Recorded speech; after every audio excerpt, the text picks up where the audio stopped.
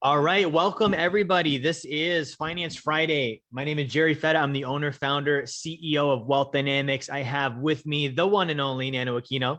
Hey, what's going on, guys? So you guys probably know Neno. Neno is head of client acquisition at Wealth Dynamics. He's been with us for a long time, works with a ton of our clients. So we're going to be doing a talk tonight on stores of value and inflation, right? Now, before we dive into it, I want to also introduce Michael Kerrigan on my team. So Mike is in the comments in the chat. One of our intentions with this webinar tonight is to help you take this into an offline conversation. This goes from learning into application, right? We've all watched a million webinars where we saw them. We're like, that's awesome. Sometimes we even go to events, and sometimes at those events, we walk across barbecue coals, and then we get home and do absolutely nothing with what we've learned. We don't want that to be tonight. So if you learn something tonight, Michael Kerrigan is going to be reaching out to you. His goal is going to be one of two things: either to set up an appointment with you for you to learn more, or to get you a copy of my book, Blueprint to Financial Freedom. Okay. So we're not going to cover everything you need to know about everything tonight, but we're going to give you enough to help you make sure that you've got the data to go succeed this week. And then definitely, set up a call with Mike, get the book.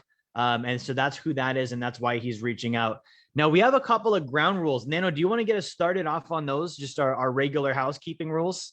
Yeah, of course. So the first things first, right? Have a purpose for attending the webinar, right? For depending on what time zone you are in the country, it's a little late, right? So if it's 9 or 10 p.m., it's like, why are you here? Like, what is the purpose of you attending, right? And some from time to time, people tend to ask us, like, why are you doing this so late, right? On a Friday? Why on a Friday night, right? It's because, like, as Jerry has mentioned a few times, it's if a person it is serious enough and dedicated enough to show up on a Friday night on a webinar about finances, that individual it is serious about improving their conditional money. Mm-hmm. So that is going to be the very first thing, which also should also help answer the question if you're wondering if it is your first time, why is this happening on a Friday night? So now you have it, right? So which means that if you showed up here, that kind of says a little bit about yourself, right? Because you're also serious about improving the conditions on your finances. The second thing is look for ways to apply the information. Jerry just, covered that here, from a couple minutes ago, is that we don't want this to be a theory, like, okay, sounds good, great, oh, that's awesome. And I'm like, it's going to be one more thing on my list of things that I listen to that I get excited, but I don't apply it. It needs to lead to action, to the application of something. And I'm not saying, hey, let's go ahead and, like move all my finances to do all this. It was like, okay, a simple action could be, hey, let's get on a phone call. Hey, let me get a book. Hey, you know what? Let me go ahead and learn a little bit more about what is the thing, right? What is silver, right? What is currency? Like, do I know the difference? Like, it needs to lead to the application of something. Because if I say that I know something, but I'm not applying, do I really know that subject? So I need to have this application. This is going to be a component. So if I don't have that in place, there's something that's missing. So that's going to be the second thing. The third, it is going to be asking questions. As you're asking the questions throughout the webinar, we are going to stop and basically make sure that it is addressed so you have a full system of understanding throughout the call. We don't want, number one, like if there's any kind of words that Jerry's saying here or even myself that kind of goes over your head, let us know. Jerry mentions this on a regular basis, is that finance is pretty simple, right? Got to know how to add, subtract, and multiply. So what's the funny thing is the definitions. And as you study, as you get the book, you're going to see for yourself that throughout history, there has been a few institutions come to existence and put this financial terms, this jargon in place to make it a little difficult for you and I, the average person, to understand the subject of money, right? So it's like, okay, we go from currency, store value, money, right? All these different subjects. And if I don't know, okay, oh, this is too much. You know what? So I'm too busy with my life, X, Y, and Z. Let me go ahead and just put that responsibility on somebody else. And the moment that I do that, the more I am at the effect of that individual, which I don't know about you. I personally don't like to be in that position a whole lot, especially from an institution that does not have my best interest in mind. And how do I know that? I just look at what they have been doing for the past since 1913, right? So that's the third thing here, which means, so go ahead and ask questions. We want to make sure that you understand.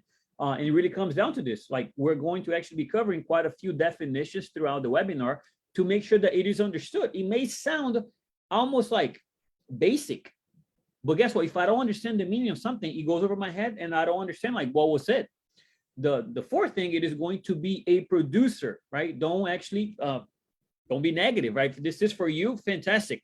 This is for you. You are our people, and if you're negative, like I can find it a little hard to even grasp or understand, or it's like, why would a person stop their day to come and be negative about a group of individuals that are trying to help more people become financially educated?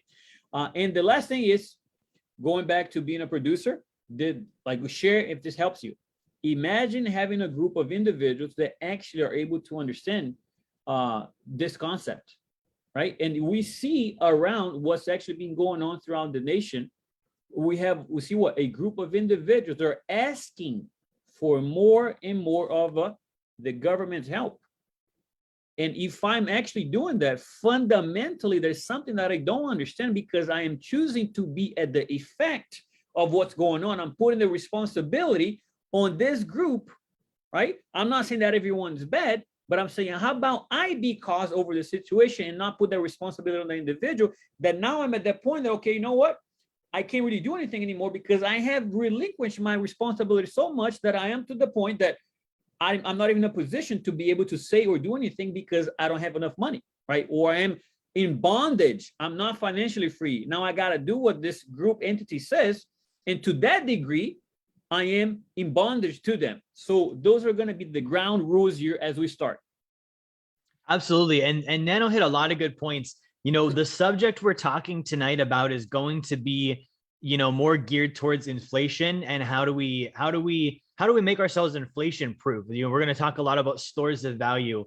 But what I want to hit you guys with first before we dive into this is, when you take a topic like finances, okay, literally been around for thousands of years. Like, it's not like this is a new topic. Every century, every civilization, they've had some semblance of finances, right? So it's not a new topic, but you look at the statistics and people are struggling with it, right? Anytime I see a group of people struggling with something that's been around for hundreds or thousands of years, to me, that tells me one thing. And I relate this to like the human mind. Been around forever and hardly anyone knows about it. There's this depression and alcoholism and drugs and all this stuff. And it's like, well, this has been like, we've had time to figure this thing out. Same thing with finances. We've had time to figure this out. So whenever that happens, there's a basic rule that's not being followed. It's not complexity. There's no secrets. There's not a bunch of sophistication we have to learn. We actually need to backtrack and look at the basics and the fundamentals and find out, where are those not being applied? Right? Because, we've got complex and sophisticated out the wazoo. I can show you, terminologies and phrases and financial products and all these different things out there that would, they turn your mind into a pretzel just trying to figure out what they mean. So we already know that doesn't work. So we're looking at tonight, what's the missing law, the basic thing that's not being followed, to where we have this mass population that still hasn't figured out money, right? So Neno talks with people on a regular basis. I talk with, Neno, my staff, I talk with clients. And so we have a lot of insight on what people are asking. One of the number one questions being asked right now is actually, what is a store of value?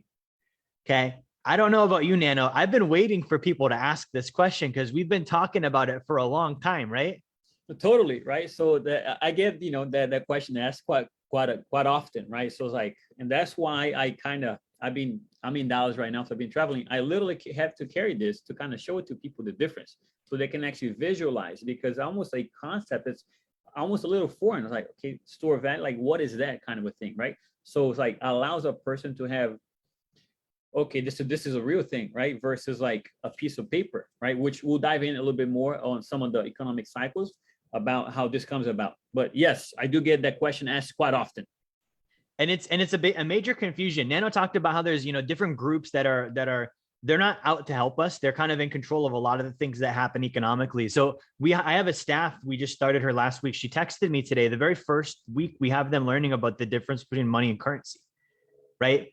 Think about this, like at their job, they're not clients. These are our staff. The very first week we're teaching them the fundamental difference between money and currency. And so what she texted me today, she's like, hey, I'm reading this policy letter. It's on money and currency. And I looked up the definitions in the dictionary, and it says that they're the same thing. She said, I can't figure out the difference. And so I broke it down for her, but I want to start with that. So Nano, could you give everyone just a very basic, simple understanding of what is currency and then what is money or a store of value? For sure. So, so money is going to be like a via, right? So it's going to be a medium of exchange. Now that can be used through what currency, right? This is going to be a note, like a Federal Reserve note. This is going to be a sound money, right? Now, just to give you a little bit more of for those, right, that are going to be watching, how banking system works and how a sovereign state comes together to actually have this monetary system in place. The very first thing, they actually start off with a store of value, right? Gold or silver. It starts like that. And then they may have a banknote that it is supposed to be a representation what's actually inside the bank, right? So that's how it starts off. We have sound money. Then we have a banknote that this is not the real thing. This is a representation of the real thing. So that's how it starts. The second thing, has been an economic cycle that has happened throughout history.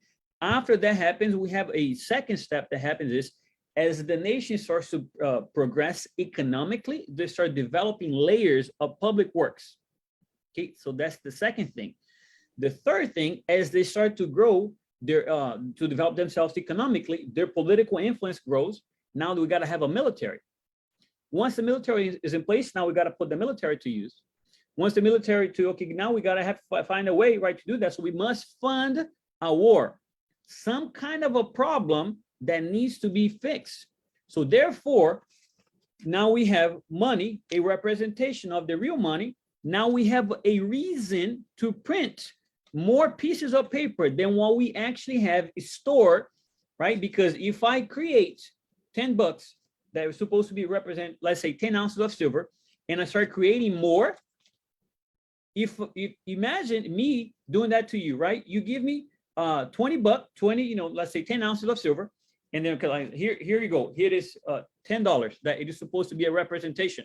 Now all of a sudden, I am giving these notes to more people with the same amount of money that I have stored. That would be like theft, right? Like I'm actually basically doing a scam on people. So that's the step number 5 on this economic cycle. Whenever they do that, so that happens, now we have the creation, right? This printing of money, because now, okay, there's a problem. We got to solve it. Let's put the military to work. This starts to being printed. Whenever that happens, this becomes diluted. Once this becomes diluted, you and I, the population, may not fully understand what's happening, but they perceive it, right, through the increase of prices. And once that happens, so now this is okay. I have the faith that I'm going to be able to exchange this with a person. It is going to be valuable. And once I'm no longer, the population has faith in this, they go back to what? The true store of value, which is gold and silver. Is absolutely. And so what I want to do is I want to actually share with you guys a definition of the store of value. Okay. So this is from Investopedia. And so here's what a store of value actually is. So store of value is essentially an asset, commodity, or currency that can be saved, retrieved, and exchanged. These are the 3 things it has to do. It has to be saved. I have to be able to retrieve it, like get it back, and also exchange it, give it to other people for other things in the future without it deteriorating in value. Okay. What does this mean? Deteriorating in value. This is an interesting word. When you think about deteriorating, right? Like that's something wearing down. It's something spoiling. So we're not talking about price here. We're talking about value, right? So if I have, let's say, way back in the day, I have a bushel of wheat. What does it mean that the wheat deteriorated? It doesn't mean that the market price changed. It means that the wheat actually spoiled. If I have a car and I say that the car deteriorated, it does not mean that the price of the car changed. It means that the car is rusty and it doesn't run anymore, right? So a store of value, it's literally saying that the physical characteristic of it remains the same. Over time, it is the same thing. right? So what Nano's saying with gold and silver, that over time is the same thing. That bar of silver that Nano has, could you hold that up again, Nano? Of course. In 100 years, it's going to look the same. Okay, in 6,000 years, it's going to look the same. The gold that we have today, the silver that we have today, is the same gold and silver that people had 6,000 years ago when they first started using gold and silver, right? So here's the rest of this definition. In other words, to enter this category, the item should over time be worth either the same or more, right? So the key is over time be worth either the same or more. This doesn't always mean instant. It doesn't mean that the year inflation happens, the thing is instantly worth more. No. Over time, the thing is worth the same or more, right? Investopedia, they specifically going to say gold and other metals are stores of value as their shelf lives are essentially perpetual. They don't expire, right? So I wanted to hit that as we're kind of diving into things, just so that we're all thinking with the same info here. But here's some of the myths. Nano, do you want to hit the myths and maybe even relate these to some of the things that you hear from clients and people as you're talking to them? Of course, right? So I talk to people on a daily basis, people wanting to improve their finances, right? And like, it's a good thing, right? Okay, I want to do better, right? If you find a person that, doesn't want to do better, it's like, I'll be like a little surprised. But point being is now, here we have these pieces of data that we have been fed, right? Hey, you're supposed to do X, Y, and Z, right? We have been marketed this, throughout growing up, through work, right? This is what you're supposed to be doing. You got to do a 401k, yada, yada, yada, right? So like, okay, I need to invest, right? So in order for me to do that, right? Okay, now I got to put money, either in stocks or my 401k or whatever, right? The thing that's missing here, it is going to be a sub product prior to investing, right? So it is going to be the savings. And again, whenever we take a look at statistics, right? So I'm going to back it up right from today, from a historical lineup. 1971, we have what? We have the dollar. It is no longer backed up by gold, right? So this comes out to be, okay, this is just a piece of paper, right? It's not backed up by anything. And then we have 1913, when the Federal Reserve Bank comes into existence. And since then, we have the stats showing the wealthy group of individuals are saving 40% or more, about 40% of their income from the top.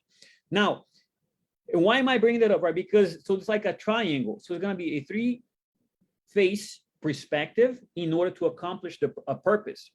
I need to earn, I need to save so that I can invest. So if I'm earning and I go directly into saving, but I'm using a via, right? It means a road, right? A via that it is depreciating, going down in value. Not only, so this actually, it's not as zero. Whenever I have this in the bank, I'm getting paid 0.0 whatever percent or 1%, right? This actually has a negative 8.6% as of right now.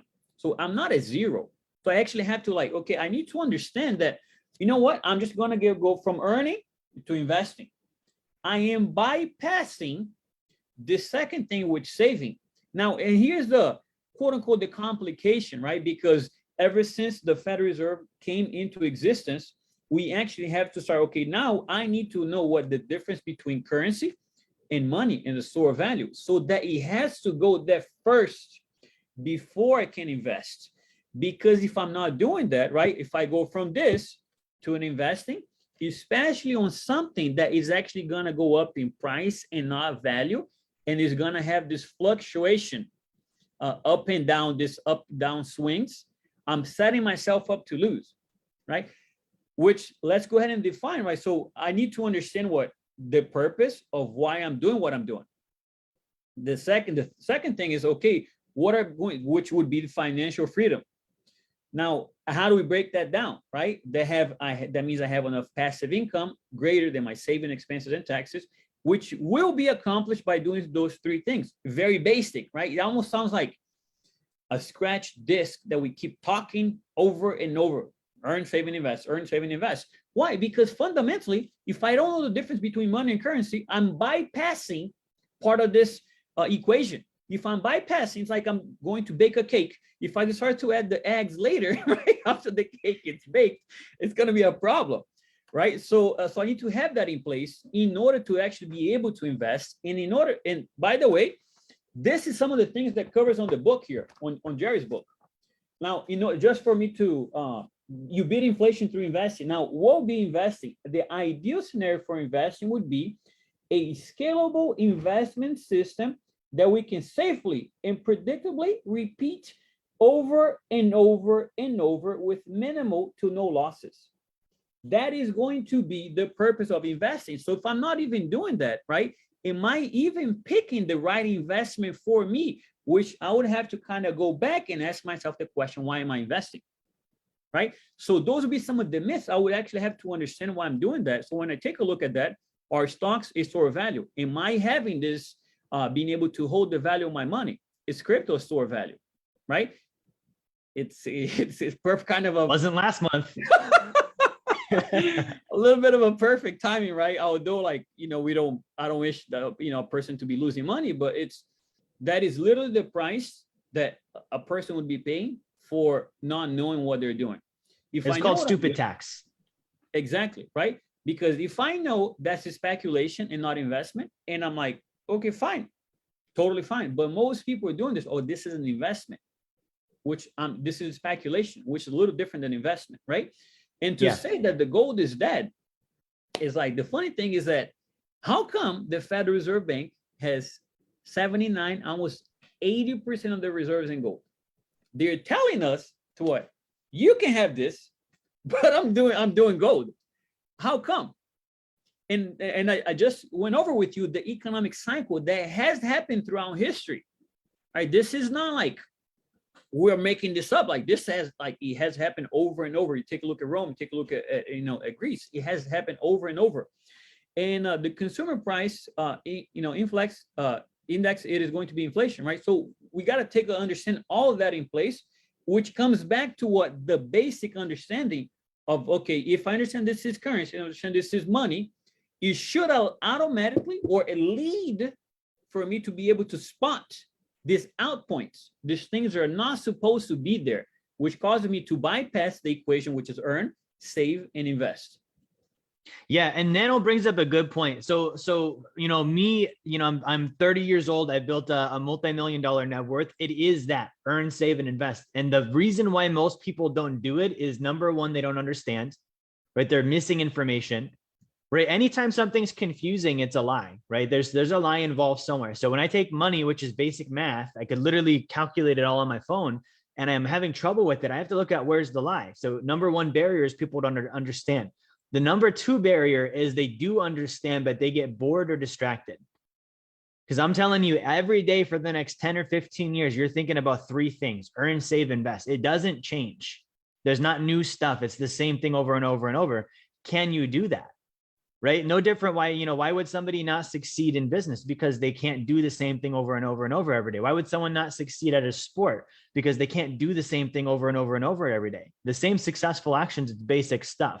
Right now, I want to hit what are the truths in these areas, right? So the first truth that I want to cover here is that rather than inflation being beat through investing, because you have to realize, Nano hit this on the head, when you increase the rate of return, you also increase the risk.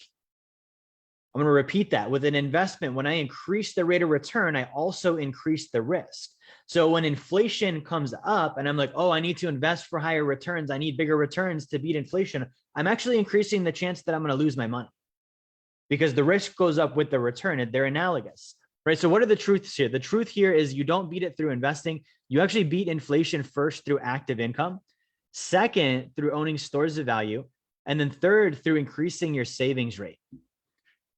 Okay, these are all three things that the majority of the population does not want to do. Right now, people, if you survey, they don't want to work harder, right? They're almost like they have a loss on it. They're like, why would I work harder when the money's going down in value, right? Which is a bad mindset. It's like, okay, well, sure, it's going down in value, so I need more of it, right? Like the solution, if it's losing value, is not, okay, I'm getting diluted purchasing power and also I'm going to have less units. No, it means if there's less potency per unit, the solution is more units.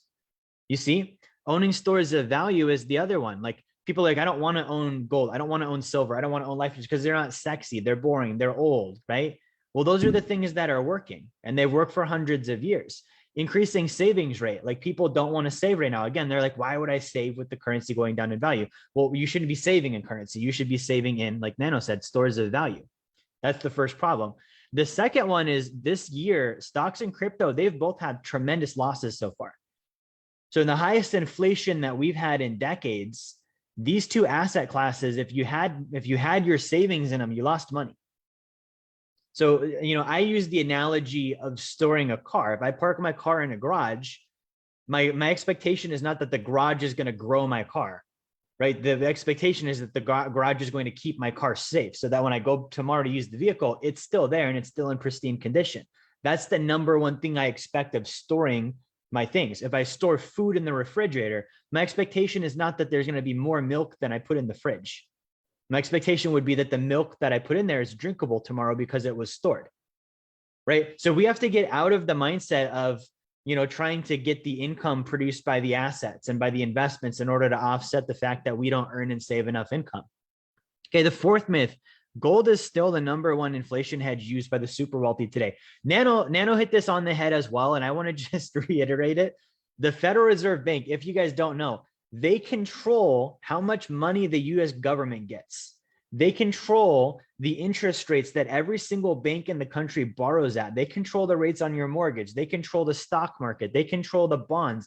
They own the majority of mortgages in the country. So these are like the top of the top guys, and they have 80% of their reserves in gold. Right? Banks and central banks, they consider gold a tier 1 asset. Tier 1 means that they consider it as safe as the US Treasury. Now, I don't consider the US Treasury safe at all. I would rather own gold than treasuries. But what I'm saying is that this is what they're using for store of value. Right? I had a conversation with one of the largest gold wholesalers in the world yesterday. We're working with how do I get my clients better deals, all this stuff. And I was having a conversation with them, and they said, yeah, right now what we're seeing have happen is even more family offices are getting wholesale contracts with us because they want to buy gold and silver. They want to buy it in mass quantities. They want the cheapest pricing, right? So wholesaler traditionally in the gold world, they supply retailers, right? Just like when you buy retail stuff at a store, the store usually got it from a wholesaler or a manufacturer at a cheap price, then they mark it up and sell it to us. Same thing with gold and silver. He's saying, no. These family offices, these giant wealthy families, they're bypassing the retail market. They're coming to us and they're saying, hey, we want a wholesale contract. We're not selling the product. We just want to keep it. Okay. So does that sound familiar, Nano? Yep, very much so. Exactly right? What we're teaching our clients to do. The other one, so inflation, we hear CPI, and this is not to freak anyone out. It just is real data. Real inflation is usually 2 times what CPI is. So if they're telling you CPI is 8%, guess what? Inflation is probably 16. Right? Back when they were saying CPI is only 2, inflation was probably 4. Right? So again, you think about the implications of that. And if we're seeing 16% real inflation, I'm not going to be able to out earn that with an investment. I can't do that. I'm looking at 8s and 10s and 12s. If I try and earn 16, I might also lose 75. Right? So these are the myths that people fall into. Go ahead, Nano. Real quick. Go ahead. Yeah. So today it was funny. I was speaking with a person who was not a client, right? So I spoke with this person's husband, and then like, hey, I want to bring my wife into the conversation. And then we get to the call. She hasn't seen like basically any of the videos, right? Some of the information doesn't have a whole lot of understanding of how things work and whatnot. But she was like very willing. Like, okay, good. Let me go ahead and give you a brief explanation. So I'm asking her questions. Just like, hey, is this actually happening? Or, if you put your money here, is your money go down in value? And she's like, why are you asking me those questions? Almost like in a sense, you're the one who's supposed to know that, not me.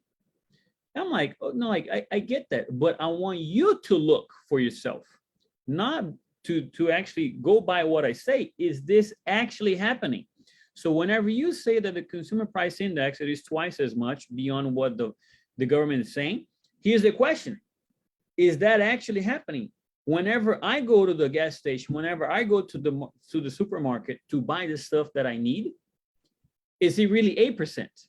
Which means if I just look, I don't need to have like a degree in rocket science to know that's probably a little higher than what they're saying.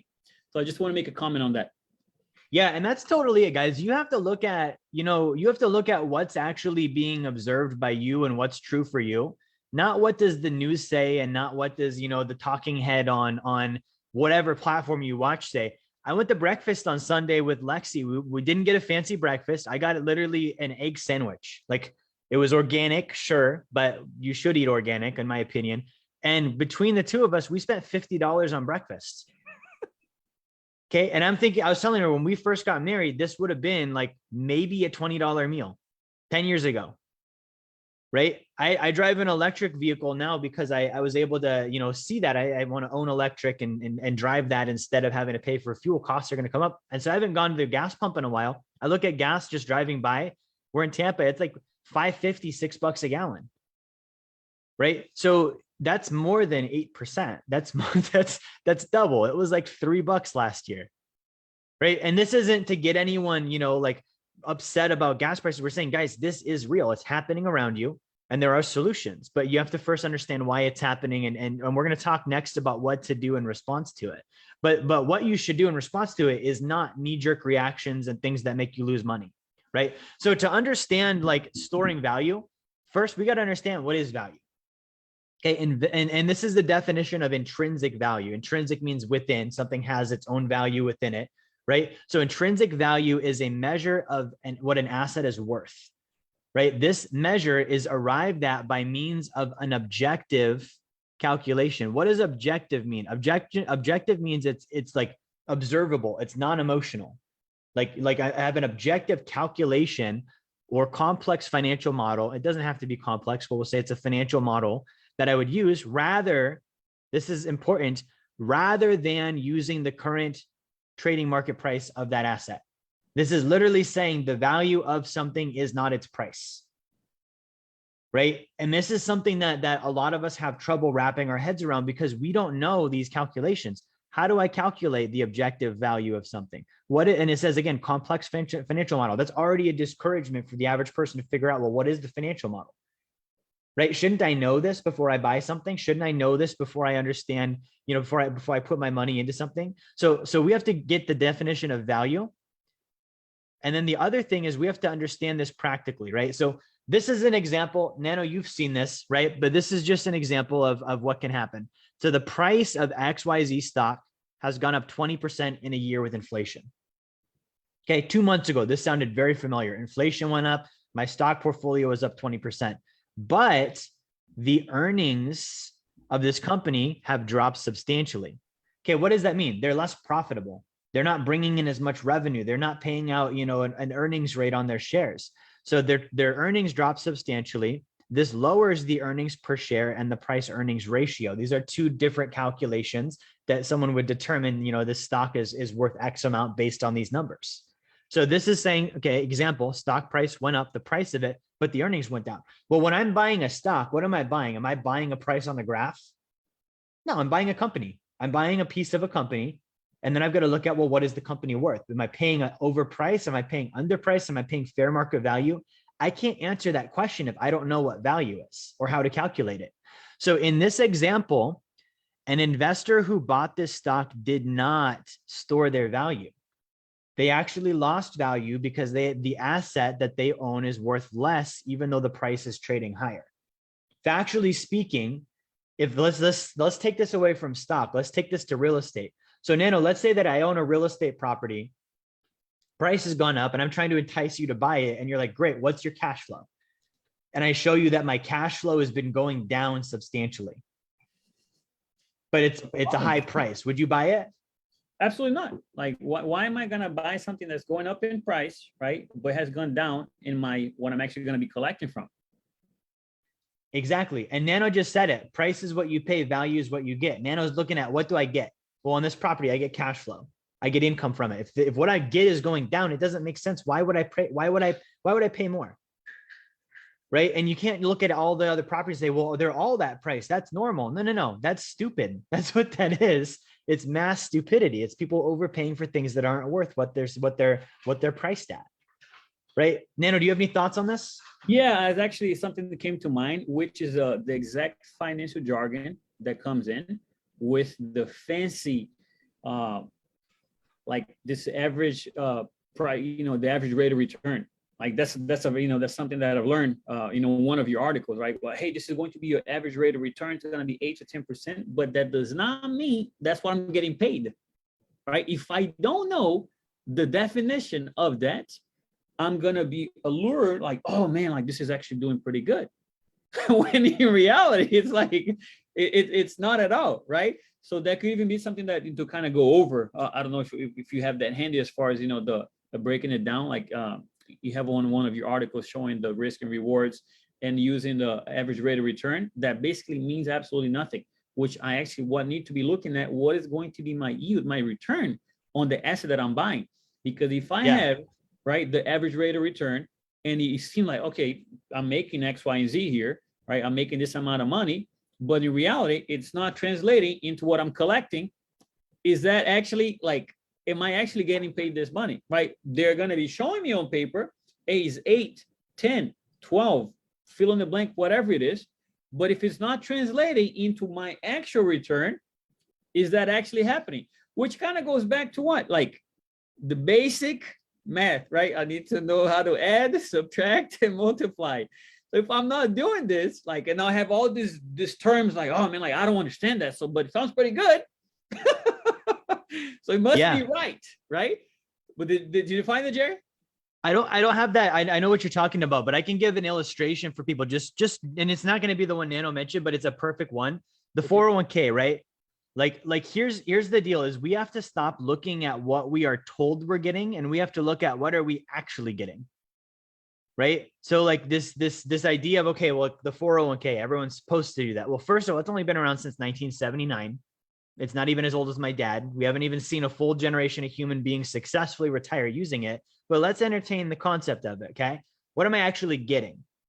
I'm getting, a tax benefit, which I could get anywhere. I could get a tax deduction on mortgage interest.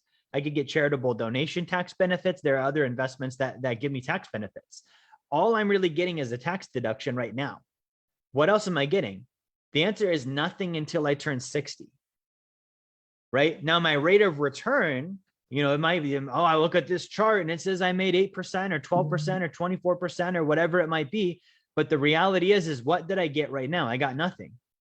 Not only that, when I turn 60, that just means I can take the money out without paying penalties. I'm still going to pay taxes, right? But in the real investing world, my rate of return is what did I get beyond what I put in? So like a 401k, I don't get anything until I withdrew more than I contributed. Until then, it's all fairy tale land. It's made up. It's maybe I'll get this. Maybe it will all get lost by the time I pull it out. Nobody knows. Right. So I wanted to give you that illustration real quick though. Neno, let's see if there's any questions we can answer. We'll take a real quick pit stop. Okay. And again, if you're in the chat, if you're in the chat, reach out to Michael Kerrigan. If he sent you a message, be sure that you check your chat. Definitely get a copy of the book, Blueprint to Financial Freedom here. Michael can set that up. This does come with a free coaching call. We also have a Father's Day special on this as well. So if you don't have the book yet, reach out to Michael and grab this. Nano, you were going to say something? Yeah, I said that I found the article and I sent it to you on Teams. So in case you need to have that handy, just okay, cool. If you have it, I'm sure what you have is going to be great too. Awesome. Let's hit some questions real quick. Leroy says the government needs to stop printing money. He's right. They need to. They're not going to. Mark says too many dollars chasing the same amount of goods and services. That's a good way of putting it. Mark asks about precious metals on life insurance companies. Let's bring Mark on real quick.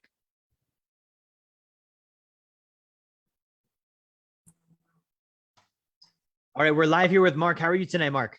I'm perfect, Jerry. Thanks, and aloha to you, Nano. Hi there. Good to see you here, Mark. Yeah, awesome. My question is, you mentioned tier one assets and whatnot, and I know a lot of mutually owned insurance companies own a large portion of tier one assets as treasury bonds, 30-year treasury bonds, and so on and so forth. Why don't more mutually owned insurance companies own precious metals in their portfolio and their balance sheets? And if they do, they don't advertise it, or they don't tell the general public? So your thoughts on that? Yeah, that's actually a really good question. So just so everyone else is tracking, so a mutually owned insurance company, that's what we use for our sacred account. So that's like Guardian, Mass Mutual, New York Life, Northwestern Mutual. Mutually owned means that they pay a dividend. Okay, and this is actually the key to the answer to Mark's question. A dividend means that when I own a life insurance policy with this company, they share their profits with me in the form of a dividend. And so that dividend can only happen with income, right? And so even if gold is a good store of value, if my valuable final product to my policyholder is that I pay them income, gold doesn't help me pay that income to them. So even though it does bolster my balance sheet, even though it is a tier 1 asset, the insurance company, it doesn't give them any sort of income. And that's one of the things you got to look at with gold, is it doesn't produce income, right? So because of that, they're not going to go all in or put like large quantities or maybe even enough to mention on their balance sheet, simply because it doesn't contribute to, their gross dividend being paid out to a policyholder. Now, a bank, on the other hand, they don't have to pay anything to anyone. And that's why you'll see them own more gold. And that's what it comes down to, is, the ability to deliver on their promise to a policyholder, which is ultimately, while they're alive, a dividend, and when they pass away, a death claim. Really good question there. Okay, let's see what other questions we have.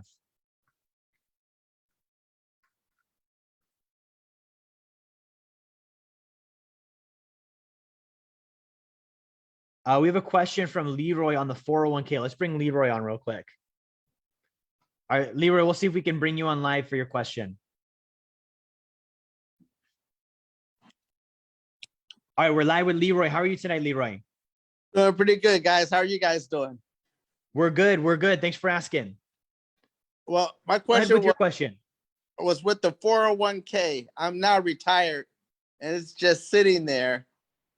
And I know since the inflation hit, I know I'm losing money in the stocks and everything.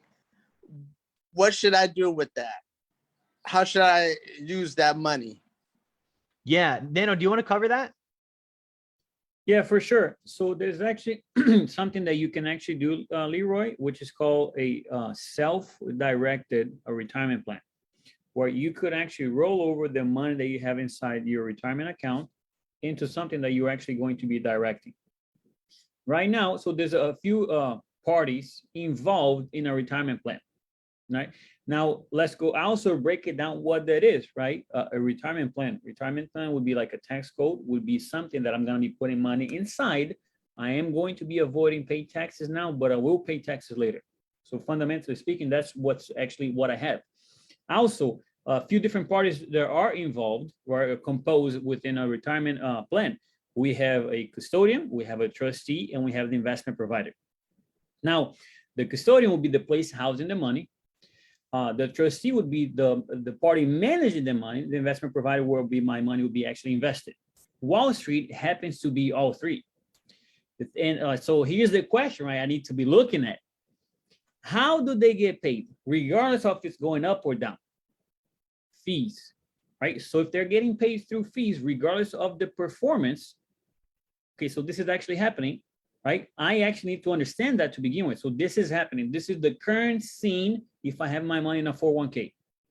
So, okay, once I understand that, now I'm going to actually do what? A self-directed retirement plan where I'm actually going to roll this money over to a different place where I'm actually going to have a different custodian, a different trustee, and a different investment provider, which at that point, I can pick the investment provider, right? Where I could put my money in precious metals.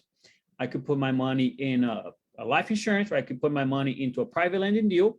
At that point, it's going to be self-directed. So those would be some of the options that could happen.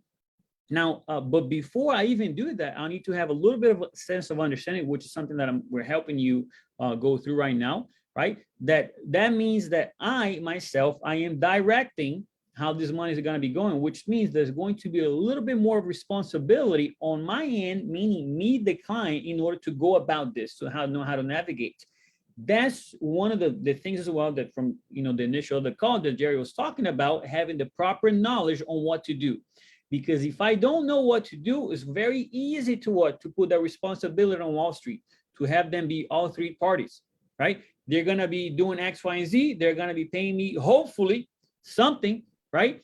But if that means now I'm going to be self-directed, I have to have a higher level of responsibility. I'll have a higher level of control. I should be able to do more, which I will, but I need to know what I'm doing, right? And with our guidance here, that's something that we can actually help clients. So I don't know if there's anything else that you want to add to that, Jerry. Yeah, for sure. So Leroy, if you're able to roll that account over, if that's an employer you no longer work for, if you're retired, if you're over age 60, those are all factors that would relate to you being able to roll the account over. The only time you can't is if you actively still work there and it's an active plan. Then you've got to wait till you leave or retire or turn 60, right? But Nano hit that on the head. We've got a question on gold. Let's bring on Jamie. He's got a question here on gold.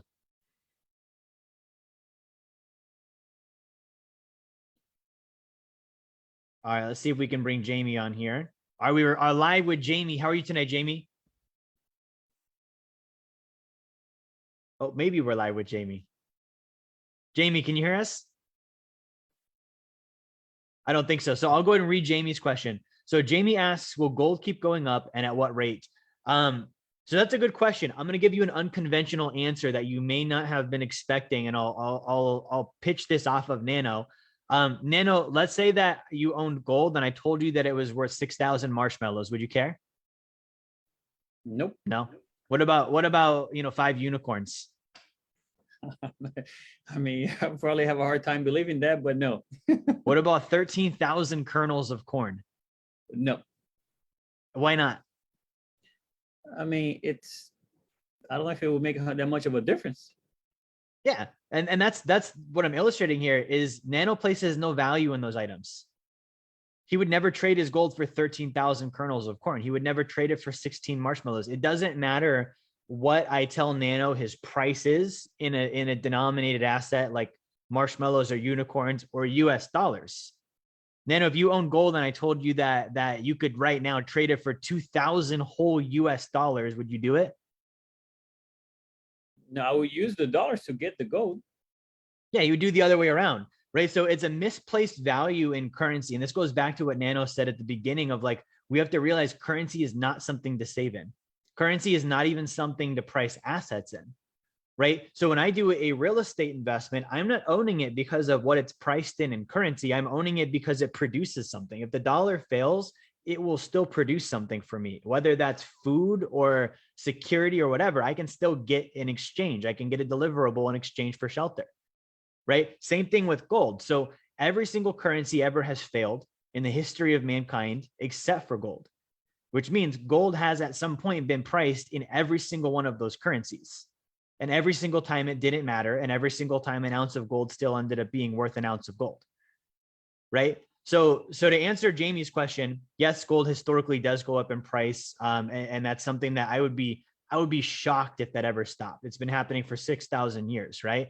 But regardless of that, an ounce of gold is still an ounce of gold, just like an acre of land is still an acre of land, just like a pound of meat is still a pound of meat.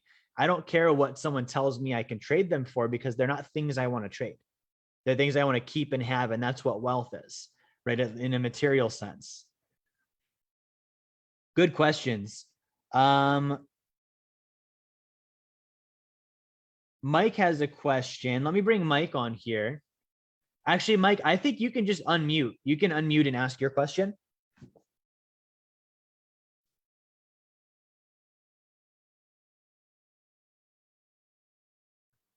Hey, You Jared. there, Mike?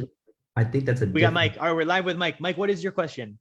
Hey, Jared, I think that's a different, like, I don't know the name. It's another. Is this another, the other Michael Kerrigan? It's the other Michael Kerrigan, yeah. There are two Michael Kerrigans. Okay, let me see if this is the other Michael Kerrigan. I'm actually a little bit excited and nervous to talk to him. All right, let's see if we can bring the other Michael Kerrigan on. Is this Michael Kerrigan? Jerry, this is Jeff. I think you hit the wrong guy. Your name is Michael Kerrigan on the thing here. Okay, this is Jeff. That's so weird that it says Michael Kerrigan. It's probably because Okay. I had to go to his Facebook message to find this link again. Okay, that's what it must be. Good. What is your question? So I actually had two. One of them I know we talked about on one of the other calls he had, but if you could explain a little further. So I know there's no direct like tax benefit of, buying into gold. But what kind of benefits on that end, you know, could you take advantage of? And the second question I had was, let's say I had my gold and I wanted to convert it into, whether it's the US dollar or whatever liquid, currency we're talking about at the time. What would be the best way to, like rather than taking it to like a pawn shop or some, how do you actually, what's the best way to convert that? Yeah, really good questions. So actually gold does have a tax benefit. It's not a deduction, it's tax-free growth. Very similar to life insurance, right? So when I put money into a life insurance policy, I can borrow against it and that loan is always tax-free. You can do the same thing with gold. You can establish a line of credit against gold and you can actually borrow against it. What that means is I never sell the gold and I never pay capital gains tax. So I can get tax-free growth. Right now, the great part of that is there's something called a taxable equivalent return.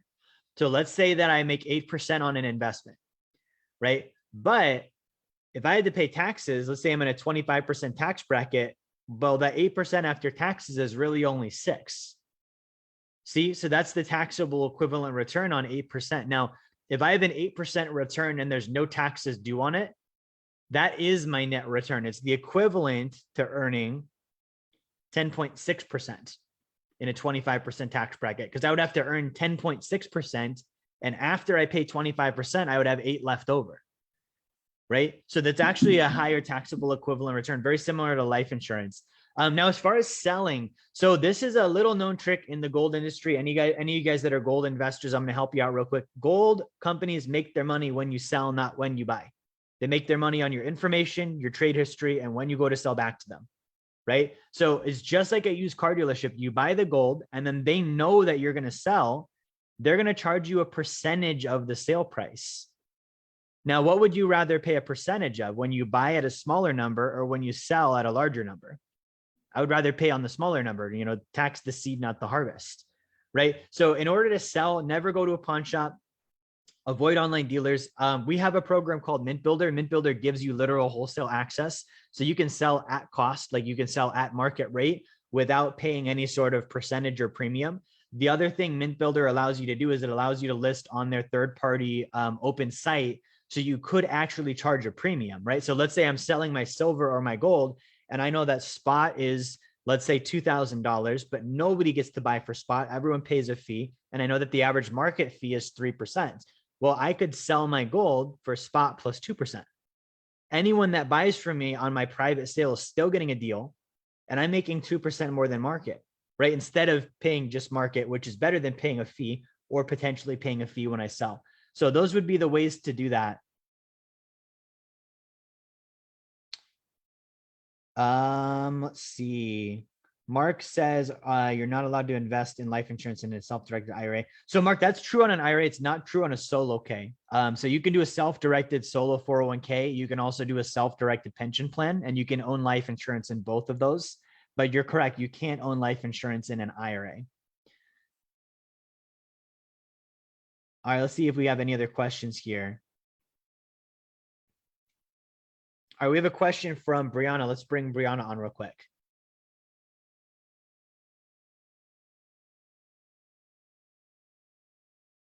All right, let's see if we can bring Brianna on. I think we're live. Can you hear us? Yes, I can hear you guys. Hi. Awesome. Hi, what is your question tonight? So if I'm investing in gold and, I've got some at home, I heard that you said we can borrow against it versus selling it. How does that take place? Is that just through Mint Builder or? Yeah, good question. So the first thing is amount. So to borrow against gold and silver, the minimum is usually the smallest loan that I've seen is a minimum of 25,000.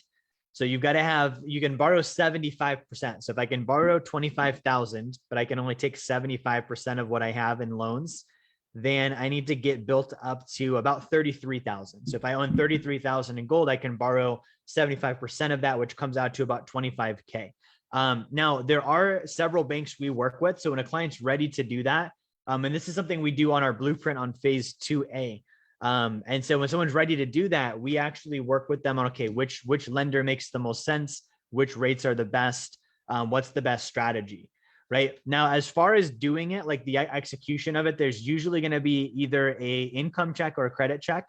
There's going to be an application process and then proof of collateral. So you ship the collateral over, they make sure that you actually do have real gold, which in our case, you always will, but they're not going to just take our word for it. So they inspect it. If it's all good, they issue the loan, and then they usually wire funds within a business week.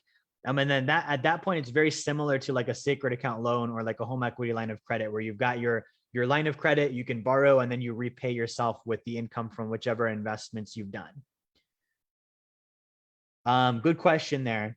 All right, I think that's all the questions I see on Zoom. Oh, here's one more. When borrowing against gold, what kind of credit income requirements do they look for? So they don't tell us, because then we can kind of skirt their underwriting. So I think each bank probably has similar protocols. They don't tell us what they're looking for. They just tell us whether or not someone does qualify. So they're basically going to keep that usually pretty private, because it's their underwriting info, and they don't want people trying to rig that system or try and make it look different than it is. Okay, good. I think that's all we have for questions. So what I want to do is I want to wrap up with a couple of slides here that Nano and I will blaze through really quick. Oops, I put the Facebook on. That's going to make it look like Inception for you guys. Good. So real quick, we're going to blast through these. So what are the things we should invest in? Okay, the first one right now at a time of inflation is always knowledge. Okay.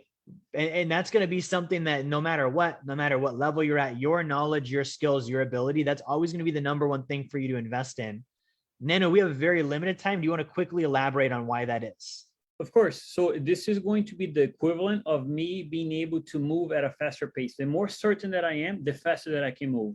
The less certain that I am, the more time I'm going to be adding to something being done, which whenever I'm speaking with a person, I am going to be sharing like a whole bunch of content like this. So that's why we do like a little bit of a requirement. Hey, let's make sure that you understand what this is, because by the time we jump on a call, we can actually start taking action to these things. So I do not add time. Anytime that I'm adding time to something, I am adding, it's like I'm a little uncertain, because if it makes sense, why would I have to add time to the situation?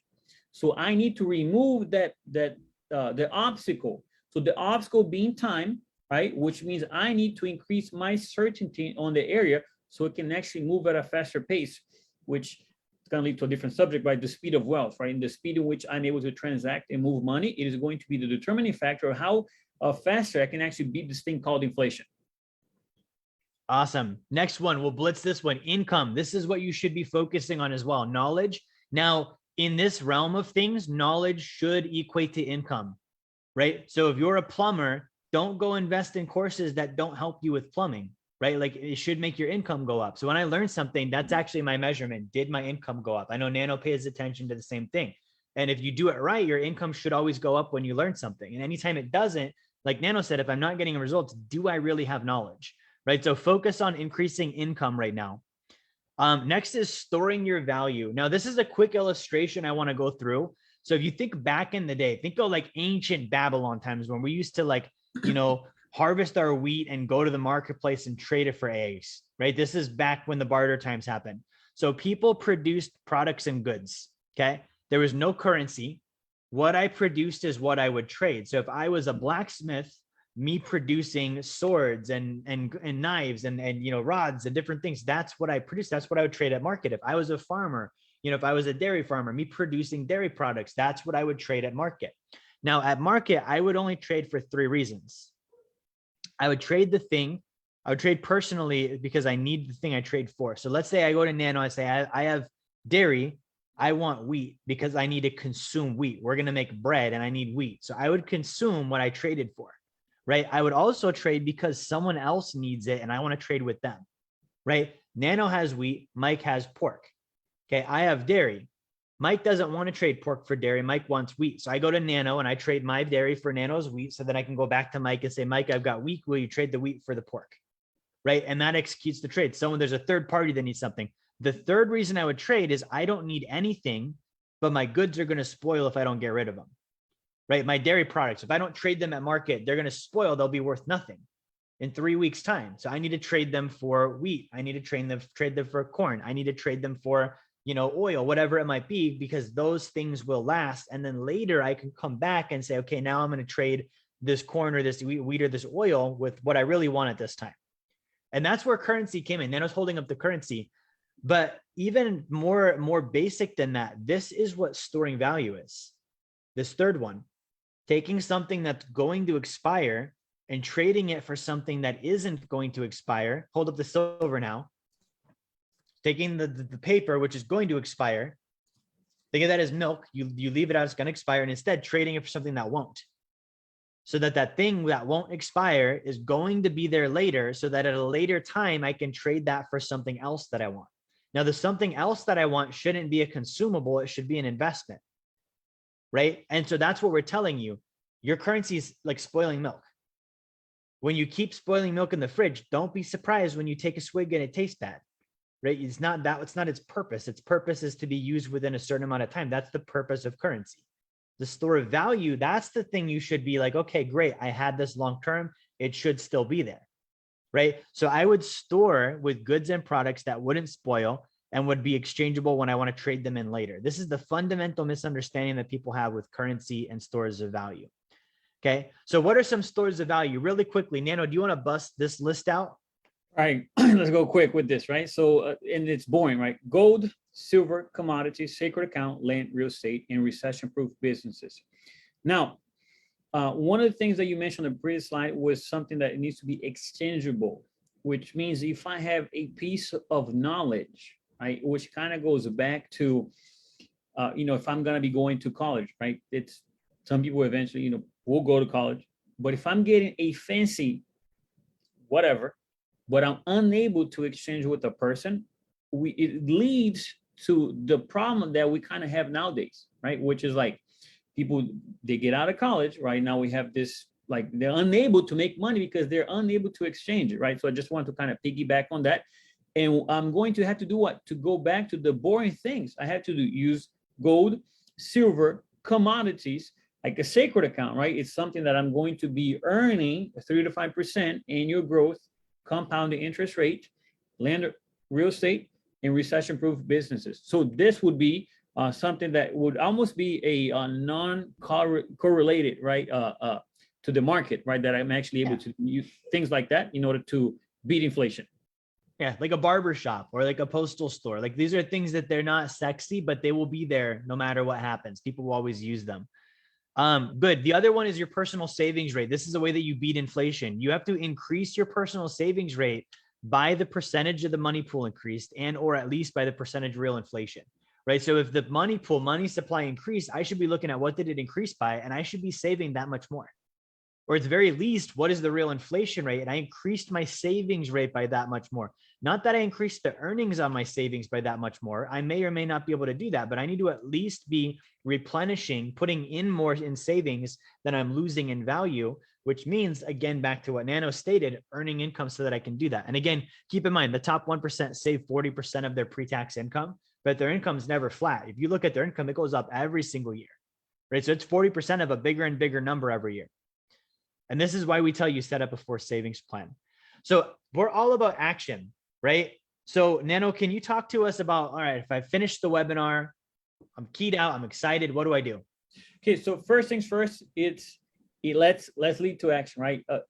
Knowledge that leads to no actions, like, did I actually learn something, right? Is like, it doesn't need to be this, like, I don't need to have romance around this idea, like, hey, let me go learn everything there is to learn before I can actually do something, right? So from time to time that I do come across some people, I'm like, that's totally fine. But fundamentally, here's the thing, you're losing money here, right? Like, that's like regardless of you go read 10 more books or go through whatever, it is not going to change the current scenario that if I'm storing money, right, my savings on this, it is not going to change. So I need to understand this to actually let me go ahead and take action. Let me do something. Let me get a book. Let me get on a call. Let me do something. Because if I get the piece of data, right, and I don't take action, I either did not understand, like I'm afraid, like something that hasn't been voiced it out, or I'm not confronting the as-isness of the situation. I'm not confronting the reality of the situation, right? Like how, okay, is this, that's why I tend to ask people the question, is this actually happening? Because it may be real for me, but it may not be real to the individual. Like we can almost go a little oblivious through some of the situations. So I need to understand that, confront the things that are actually happening. And then I'm going to take action. That means I'm going to invest in myself. You know, in order to invest in myself, what needs what? Money and time. So just because I'm going to be transacting, let's say that you're going to be transacting with us to either get a book or get a sacred account, or whatever. Okay, got it. Now let's have you go through this little course here for you to understand how this thing works, right? So it can actually increase the knowledge on the area, so it can increase a little bit more of your control. Now you're more responsible or how you're going to be using your money. And it's like more and more times that whenever we deal with clients, once they start understanding, they get excited about, man, I'm able to save more, right? I'm able to actually use my sacred account to pay off debt, right? From time to time, we have a client like, she's like, oh, I never thought I would be excited about having, you know, a webinar about taxes. I just like, okay, now I'm understanding this is going to be helping me, right? But I'm really only going to be doing that if my purpose is clear, which kind of goes back to what we were talking about in the beginning of the call. Why am I doing this? Right? If you have been, you know, made all the way through the end of the call here, why am I doing this? Okay, it's at least from the company, ideally what we want for the clients is to what? Accomplish financial freedom. That would translate what? Into passive income that is going to be greater than my saving expenses and taxes. In order to do that, I need to do three major things, which kind of goes back to the boring thing, right? I need to be doing earn. I got to increase my income. I need to get on a forced savings plan with real store value. That's the savings part, right? Which we're going to be doing gold and silver, life insurance, sacred account, and eventually a home equity line of credit, which is going to come later. And I need to be doing that. I need to get into the action, right? So that's the purpose. In order to do that, okay, do I really have to earn in order to make that happen? Okay, yes. Do I really have to save in order to make that happen? Yes. So I really need to invest? Yes. So if that is the answer, like, why am I going to be adding time to the situation, right? So I need to do that. And then I increase my savings rates, right? And then I'm not going to risk my money in the name of storing value, meaning I'm not going to actually put money on something that's flashy and hot, right? How about I do things that the wealthy, how about I just like use the wheel? How about I try not to reinvent it? And once I'm financially free, if I want to create a new thing, by all means, right?